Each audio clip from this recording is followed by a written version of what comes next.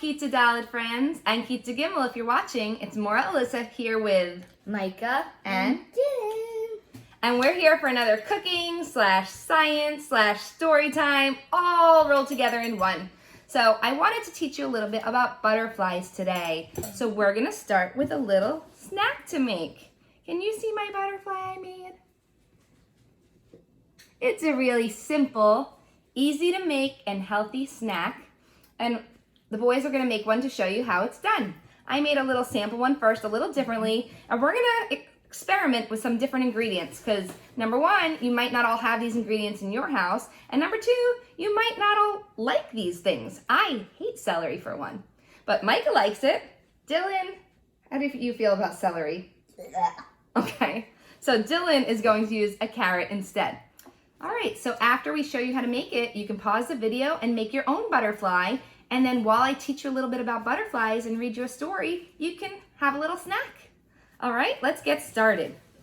First thing you need is to wash a piece of celery and cut a piece about this size off. This one's gonna be for Micah. Hi, kids. You're gonna keep the inside where you can fill it, that's gonna be facing up. And we're gonna put that on a plate for Micah. Now Dylan doesn't like celery, so he's gonna try this with a carrot. We'll see how this works out. We're gonna experiment for you. So here is a nice carrot we peeled, and I sliced it a little bit flat on one side for Dylan. So now the recipe calls for cream cheese, but these guys decided to try something different. So I did my sample with cream cheese. Micah is going to try some peanut butter on his celery, and Dylan's going to try some hummus on his carrot. So the point is, whatever you have at home, make it work. So here's some peanut butter for you. Thank you. And here's some hummus for you. This isn't working. It's working. I think I might need a little more. Okay, we'll get you more. Here you go, Dylan. You're gonna spread it all over the top of your celery or carrot or whatever else you're using. Very messy. Try to keep it pretty thick because we're gonna be sticking in those pretzel wings and we don't want them to fall over. Can I help you a little bit? Sure. All right, you're doing a nice job spreading, but I'm gonna try to pile it up a little. That's why I gave you so much hummus. Because if you're using something that's a little thinner like hummus, you're gonna want a nice little pile so that the wings have something to stick into. Okay? So the next thing, all right, well, we can always add more if you need it. That's good, just put it down. So the next thing, we have pretzels like this at my house, and these are gonna be our wings. So they're each gonna get 2 of these to stick in, one on each side. If you don't have this shape, figure out something in your house that you can bend in a curve like a butterfly wing. It can be anything you can think of. Here's 2 for you. And while they put their pretzels in, I'm gonna work on their little, who knows what these are called? They're antennas. So I'm gonna slice little carrots. The recipe calls for black licorice, but we don't have any of that in my house right now. And it's also kind of gross. So we're gonna use little carrots, and I'm just gonna slice a really skinny little one, and we're gonna get 2 of those for each person. So here's 2 for Micah. Thanks. And here's 2 for Dylan. This isn't going on. All right. Let's see. You're just gonna have to lean it against your knife.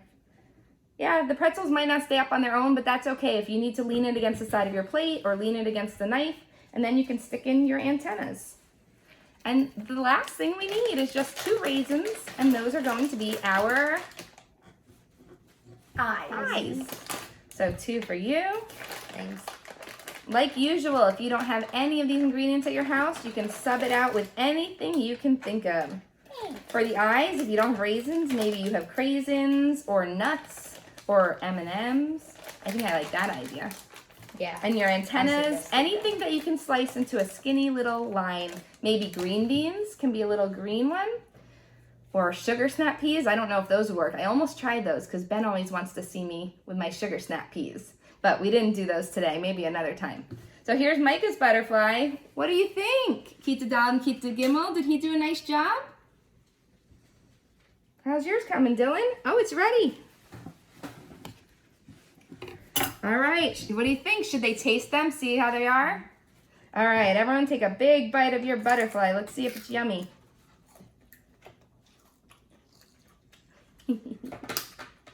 That is good. Good?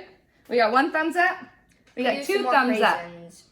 Oh, well, you can always add extra raisins if you want for decoration. So now's a great time to pause your video so you can make your butterfly at home. And when we come back, I'm going to teach you a little bit about butterflies and read you a story. So I'll see you in a bit.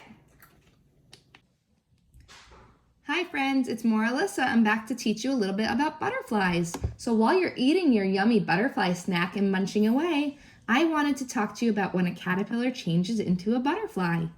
When a caterpillar changes into a butterfly, it's called metamorphosis. There are 4 steps. 1, a caterpillar hatches from an egg. 2, the caterpillar eats leaves. I remember one time we tried to plant tomato plant in my backyard and caterpillars came and ate all the leaves, so we never had any tomatoes that grew there. Step 3, its skin hardens into a chrysalis. Do you recognize these, friends? Remember the playhouse in our playground at school? Remember we had a few hanging? And then what came next? What happened? Step 4, a butterfly comes out of the chrysalis. Do you remember seeing all the butterflies in the garden at school? I do. That was so fun. And now I want to tell you about the butterfly's body. I spy a butterfly's wings. Butterflies use their wings to fly. Remember, we use pretzels for our wings on our butterfly snack. I spy a butterfly's eyes. Butterflies use their eyes to see, just like you and me. I wonder what you all used on your butterfly snacks for eyes. Did you use raisins like me? Or did you use something different? I spy a butterfly's antennas. Butterflies use their antennas to smell. What do we use to smell? Do we have antennas? No, we use our noses to smell. I spy a butterfly's legs. 1, 2, 3, 4, 5, 6. Butterflies use their 6 legs to stand. Did you know that butterflies have 6 legs? I didn't know that either. I spy a butterfly's proboscis. Butterflies use their proboscis to drink. Butterflies drink nectar from flowers. Their proboscis works like a straw. Well, I hope you enjoyed learning all about the stages of a caterpillar turning into a butterfly and the different parts of a butterfly's body. And I really hope you enjoyed your snack and thought it was yummy if you got to make it at home. So stay tuned, and it's time for a butterfly story. See you in a bit. Hi, I'm back, and now it's time for a story. Guess what? Dylan, my younger son's in 1st grade, and he was practicing reading to me the other day, and he read this book to me. It's called Our Friend Sam. And I was so excited. You know why? Because it was a story about a caterpillar turning into a butterfly. I didn't even know we had a book like this in my house, so I just had to share it with you. So here it goes. Our Friend Sam. One day, Gabby and I were playing tag in my yard. I looked down and saw something in the grass. It was a little black caterpillar. Can anyone see that? Here he is. You have to look really closely for the caterpillar. The caterpillar crawled onto my finger, and then he crawled on my hand. I called him Sam and brought him inside. Remember, we always talk to a grown-up before we touch bugs or caterpillars, right? To make sure they're not poisonous. Mom, Dad, look, I have a new pet, I said. Mom got a jar and Dad put holes in the lid for air. Gabby and I went outside to pick leaves for Sam to eat. I kept Sam in my room, and every afternoon, Gabby and I took Sam outside. He zigzagged through the grass, and sometimes he crawled up and down on Gabby's back. Here he is playing with them. One afternoon, Gabby and I went to my room to get Sam. He had made a cocoon around himself, and he was hanging from the lid of the jar. Soon, Sam will be a butterfly, said Gabby. Here he is in his cocoon.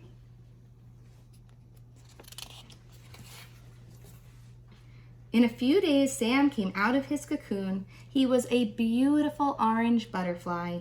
Gabby and I took him outside and we opened the jar. Sam flew out and landed on my hand. I'm going to miss Sam, I said to Gabby. Gabby said, Sam is going to find butterfly friends. I said, I hope Sam finds a nice friend like you, Gabby. that's the end. I hope you enjoyed learning a little bit about butterflies today. I hope you enjoyed your snack if you made it. Please send me pictures. I want to see the butterflies you created. I'll see you next time. Bye.